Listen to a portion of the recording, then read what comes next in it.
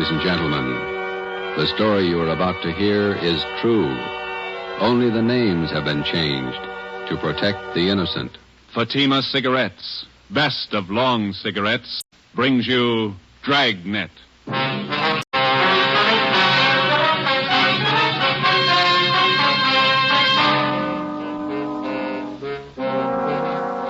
You're a detective sergeant. You're assigned to robbery detail. $8,000 worth of Chinese jade has been stolen. The criminal is vicious. His weapon, a handful of buckshot in a handkerchief. Your job, get him. If you want a long cigarette, smoke the best of long cigarettes. Smoke Fatima. Fatima is the long cigarette which contains the finest Turkish and domestic tobaccos superbly blended to make Fatima extra mild. And that's why Fatima has a much different, much better flavor and aroma than any other long cigarette. That's why Fatima is doubling and redoubling its smokers. So, if you want a long cigarette, smoke the best of all long cigarettes. Smoke Fatima. Dragnet, the documented drama of an actual crime. For the next 30 minutes, in cooperation with the Los Angeles Police Department, you will travel step by step on the side of the law through an actual case from official police files. From beginning to end, from crime to punishment, Dragnet is the story of your police force in action. It was Monday, December 1st. It was foggy in Los Angeles. We were working the day watch out of robbery detail. My partner's Ben Romero. The boss is Ed Backstrand, chief of detectives. My name's Friday. It was 7:15 p.m. when we got to the police academy, the banquet room. Where do we sit, Joe? Lee Jones is holding a couple seats for us someplace. You see him? Oh, yeah. There he is up there. Well, look at him. Buddy's here. Yeah, ought to be. Hi, fellas. Couple of ringside seats. Thanks, Lee. Did you get it? Yeah, right here. Mind if I take a look at it? No, go ahead. How come you didn't get it wrapped as a gift? No time. A gift box would have been nice. No cotton, even? Beautiful watch. Radium dial? Yeah. Universal Geneva. Fine movement. He'll like it. Look on the back. Let's see. For Chief Ed Backstrand, a good cop, Detective Bureau. Not very good engraving. No time. I didn't think the old man really meant it. 26 years. You get tired after 26 years. You've been at it 25, Lee. Oh, don't look at me like that. I got a book to finish. 23 chapters. How many chapters you got, Fanny? 2. How long you been writing it? 2 years. Well, at that rate, we'll be stuck with you for another 21 years. If you're lucky. Excuse me, fellas. Gotta make a speech. All right, Lee.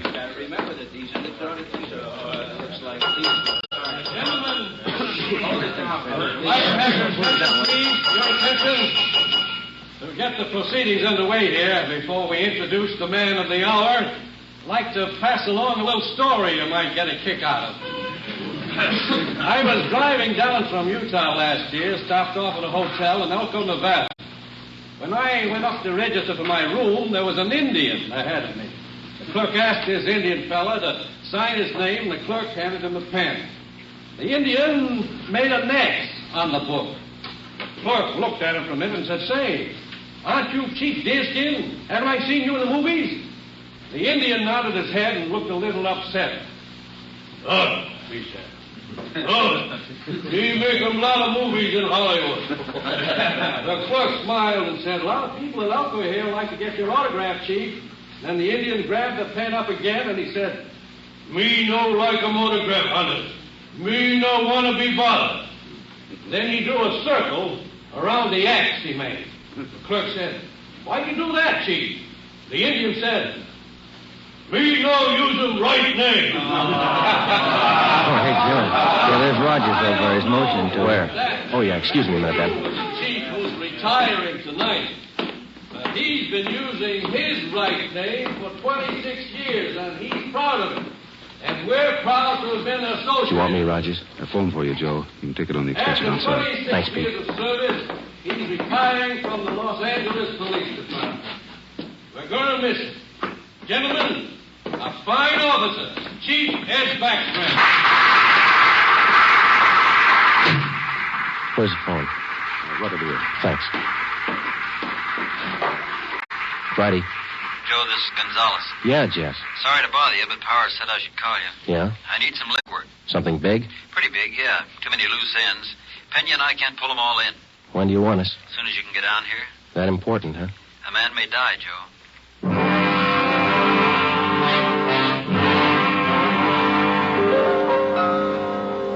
Hi, Jess. Got here as soon as we could. Sorry to pull you away. Hello, Romero. Gonzalez, what's up? Come on in here. All right. Here's a report. Not complete yet. Mm-hmm. Chinese fella. Name's George Quan. He's a jeweler, gem cutter. Yeah. Jade expert. Knows as much about jade as anybody on the coast. Uh-huh. Says it happened at 5:30 today on Alvarado near the park. They weren't kidding, were they? They almost killed him. Yeah. Any idea what the weapon was, Jess? I'm not sure. Looks like some sort of blackjack, something homemade. Yeah? When they picked up Quan, they found several buckshot pellets lying around and a man's handkerchief. Ray Pinker has the stuff over at the crime lab now. Where's Quan? Have you talked to him? Got in a couple of questions down at Georgia Street while the doc was giving him sedatives. Little guy's a mess, Joe. Gonna be all right? 50-50 chance when I called you out of the academy. Well, why did they beat him? Did he resist? I don't have it all yet, but from what he said, he was jumped from behind, didn't have a chance to fight. Whoever it was kept beating him long after he was unconscious. What'd they take him for? A couple of pieces of jade, large ones, very rare. Mm-hmm. You got anything else? Yeah, we got a star witness, just one. Did you talk to him yet? Just did for an hour and a half. You want to crack at her? Are you having trouble with him? Yeah, little. All right, Pena. Send him in again. Yes, sir. You want to talk some more? 6 years old, Joe. His name was Norman Eugene Fisher, and he was 6 years of age last April. Like all young boys his age, his imagination ran away with him. What would be only a minor detail to an adult witness assumed tremendous proportion to Norman's young mind. He told us his story 3 times. Each time he elaborated a little more until what he claimed was the truth could only have been figments of a small child's imagination. Ben and I, together with Gonzalez and Pena, talked with the boy for another hour. We were getting tired, but Norman enjoyed his position as star witness. Once more, Norman, please, try to remember it as it really happened. It was just like I said. Let me try, Jess. Go ahead, Romero. You did see it happen this afternoon, didn't you, Norman? Yes, sir, I did. Good. Now, you were on your way home from the store. Oh, no, sir. I was running away from a man. He was chasing me. But you just told us, Norman, that you were on your way home from the store. Oh, no, sir. That was yesterday. But you told us. Just a minute, Ben. Norman, how old are you? Next year, I'm going to be 21. No, that's not right. 21, that's older than I am. Well, when I am 21, I'm going to get a hot rod. Fastest car in the world. 10,000 miles an hour. Sure you will, but how old are you now? 6, but I'm going to be 21 soon. I remember when I was 6 years old, Norman. A lot of things I wanted. Electric train. I got one. Well, it must be something you'd like to have. One thing that maybe now that you don't have, huh? Will you give it to me? Well, if I can. What do you want? I'd like your gun. Well, what do you want a gun for? I want to put people in jail like you guys do. Sometimes it takes more than a gun, Norman. What do you mean? Just because you've got a gun doesn't mean you're a cop. Well, what does? Just a minute, son.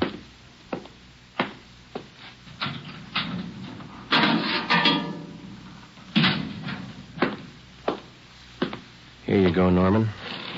A good cop uses this more than a gun. Gee. It's a real police badge. It's mine. Official? Official. Can I hold it? Go ahead. It's yours.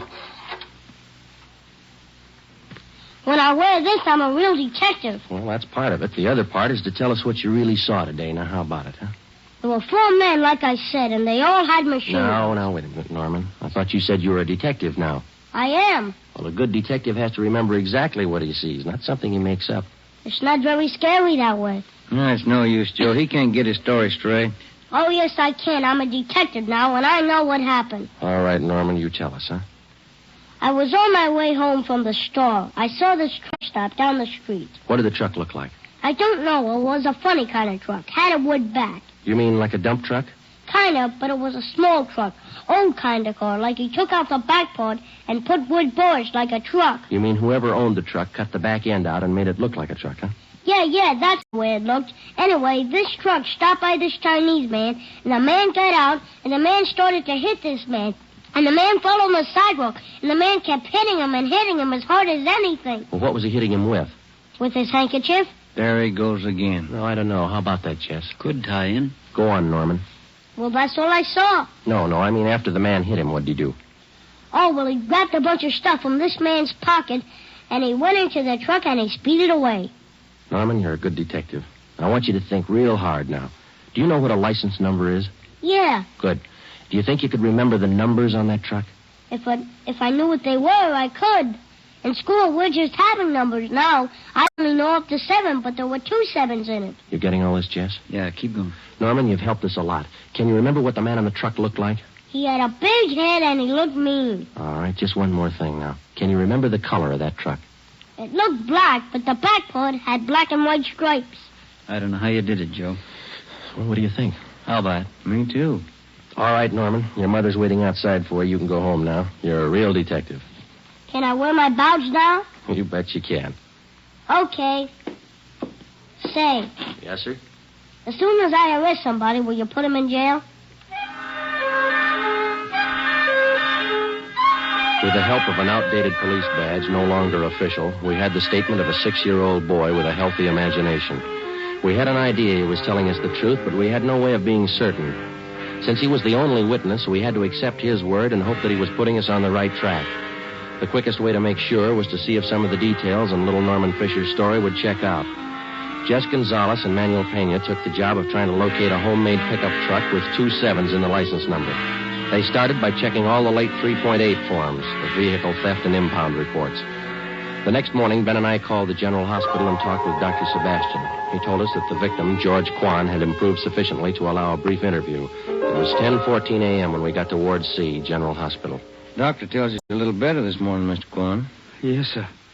I shall be all right, although it is quite painful at times. We're sorry to bother you, Mr. Quan, but we've got to have a little more information on the robbery. Oh, I will tell you all I can, sir. I should like to recover the missing jade pieces. It is a great loss to me. Did you get any kind of a look at the man who hit you? Oh, he attacked me from behind, knocked me to the pavement. I made an attempt to get to my feet, but he struck me again and again, here at the base of my neck. You didn't see him at all, then? No, sir, I did not. Do you have any idea who could have done this? Unfortunately, no.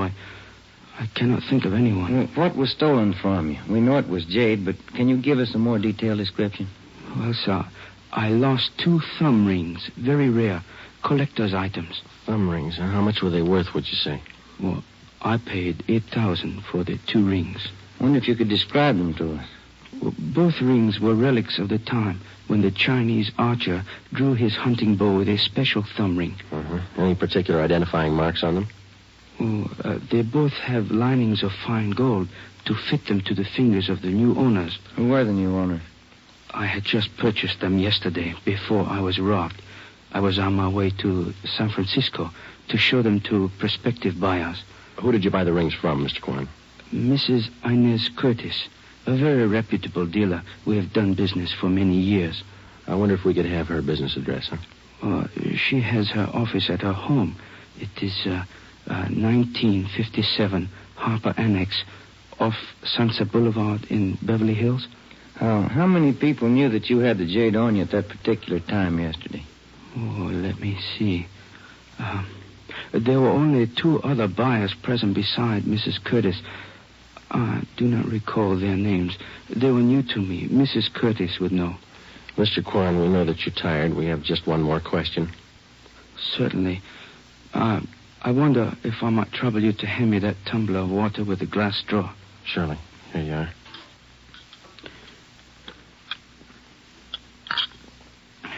Thank you very much. You're welcome.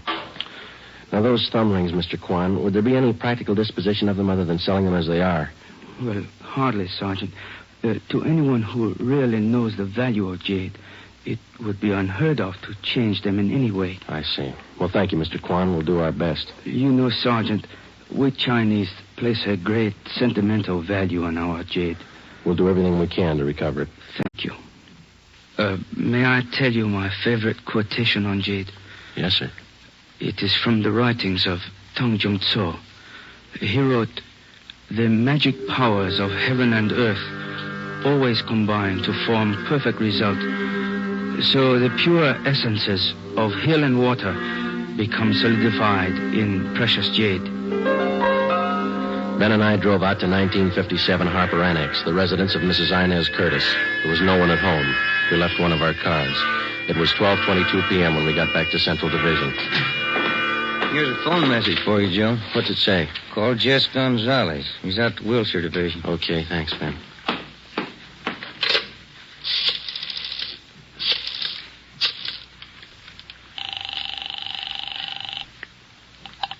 Wilshire Detectives, Didion. Hi, Harry. Gonzalez around? Just a minute. Take it on 3, Jess. Gonzalez, Friday, Jess. we got the truck and we got the driver. We'll be right out. Something else, Joe. Yeah? The kid was right. There were 2 7s in the license number.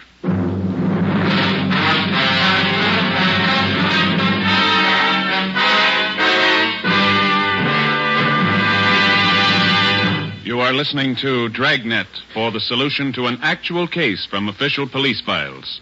Now, here is a real solution to many of your Christmas shopping problems. If your friends smoke a long cigarette, give the best of long cigarettes, Fatima. Give Fatima for quality. The name Fatima has always stood for the best in cigarette quality. Give Fatima for flavor. Fatima has a much different, much better flavor and aroma than any other long cigarette. Give Fatima.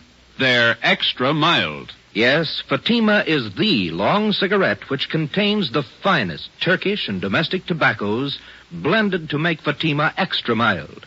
Yes, extra mild. So give Fatima for Christmas in the attractive golden yellow carton. It's the long cigarette that has doubled and redoubled its smokers. More and more smokers every day agree Fatima is the best of all long cigarettes.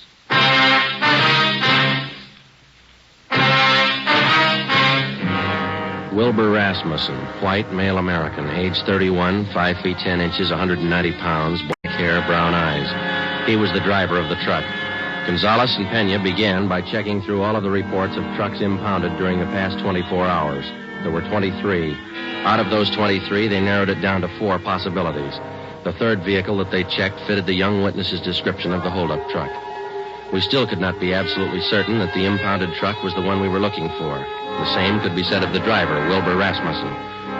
The net result of checking impound reports doesn't always result in the apprehension of a suspect, but in this case we were lucky. The driver had been picked up for drunk driving.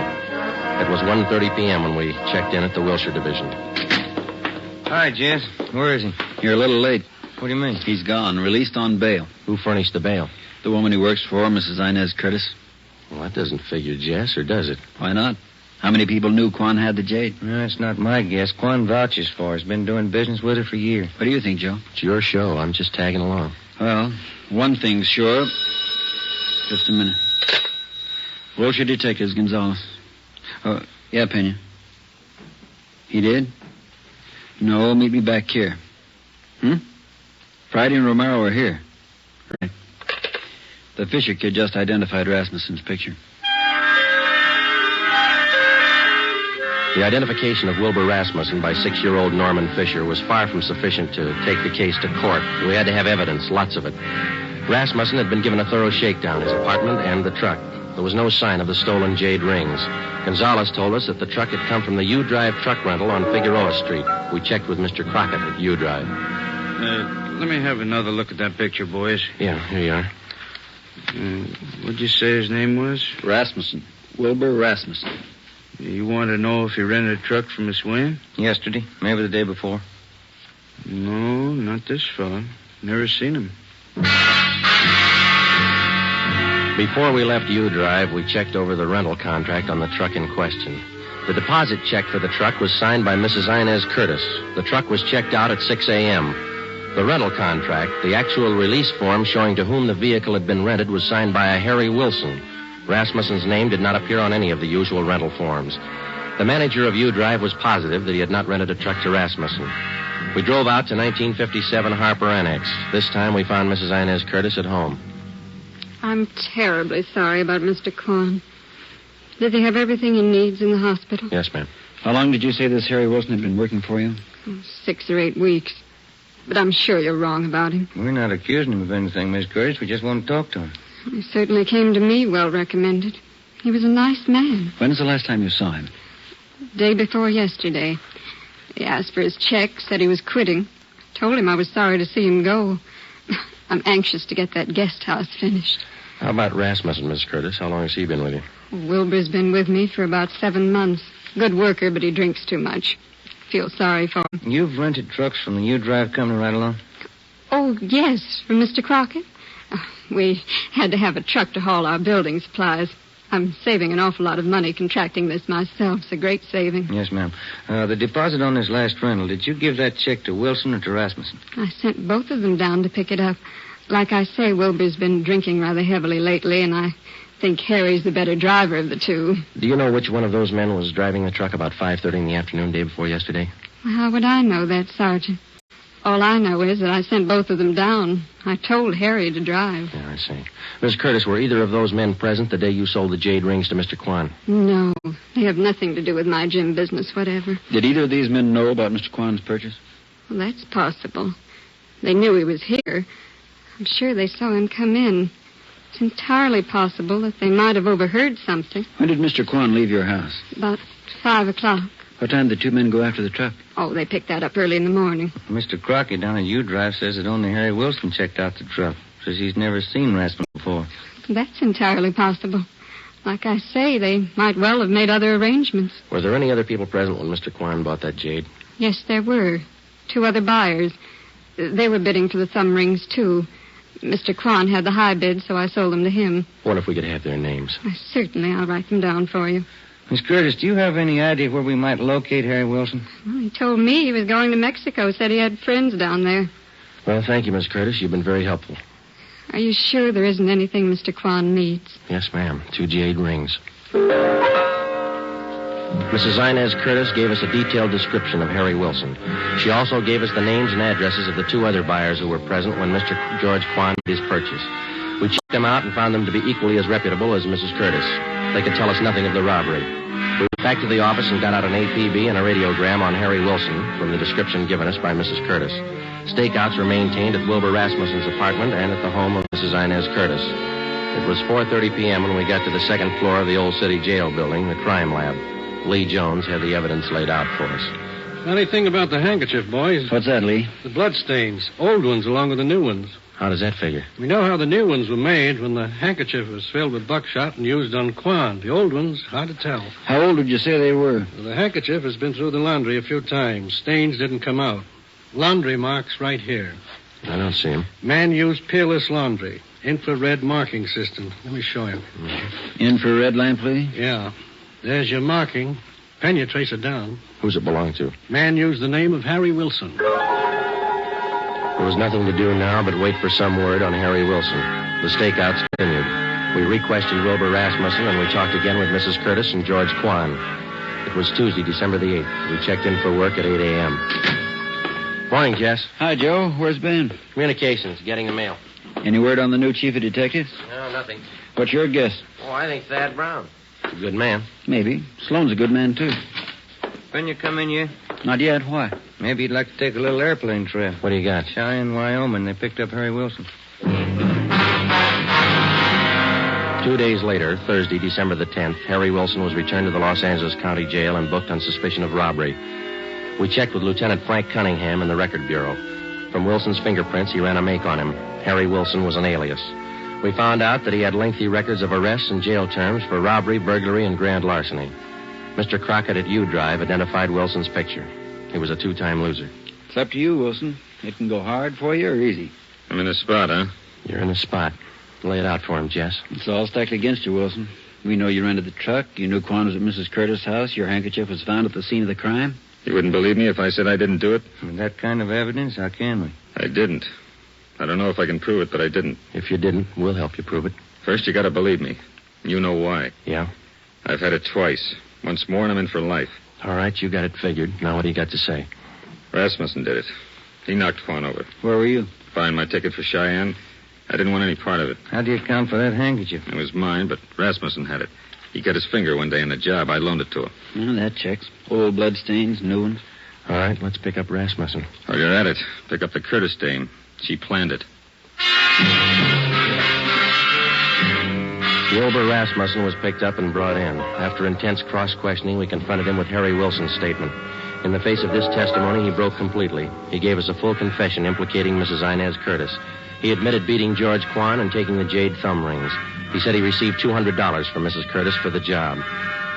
He requested that he be allowed to turn state's evidence. Mrs. Inez Curtis was brought to the interrogation room.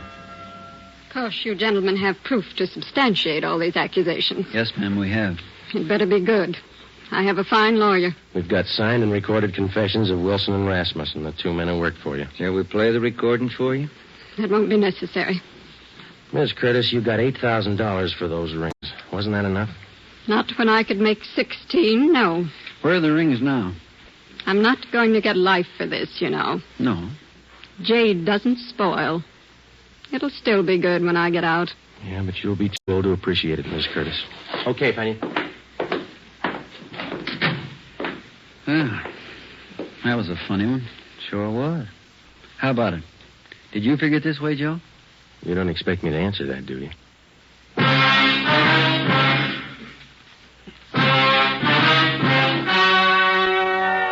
The story you have just heard was true. Only the names were changed to protect the innocent. On March 2nd, 1949, trial was held in Superior Court, Department 82, City and County of Los Angeles, State of California. In a moment, the results of that trial. Now, here are authentic reports from all over the country that tell the story of Fatima's sensational increase in popularity. New York Division. Fatima sales up 132%. Chicago Division. Fatima sales up 453%. Los Angeles Division. Fatima sales up 545%. Yes, more and more smokers agree Fatima is the best of long cigarettes. So enjoy Fatima yourself and give extra mild Fatimas for Christmas in the attractive golden yellow carton. Everyone who smokes Fatima says that this great new long cigarette is the best of all long cigarettes.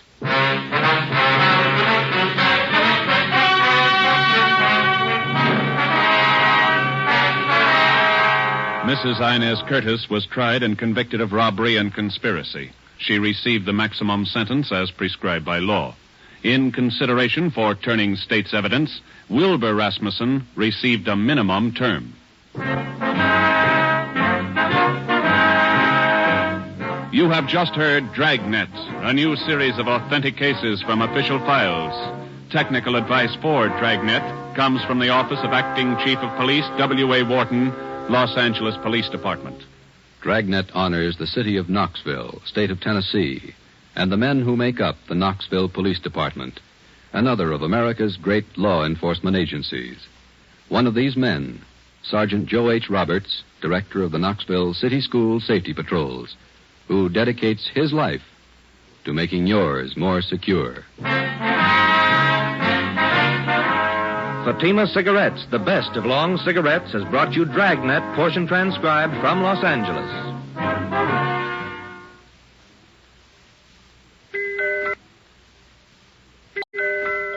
Let that merry tune remind you to get him the big Christmas humidor of smooth, sure-fresh velvet pipe and cigarette tobacco.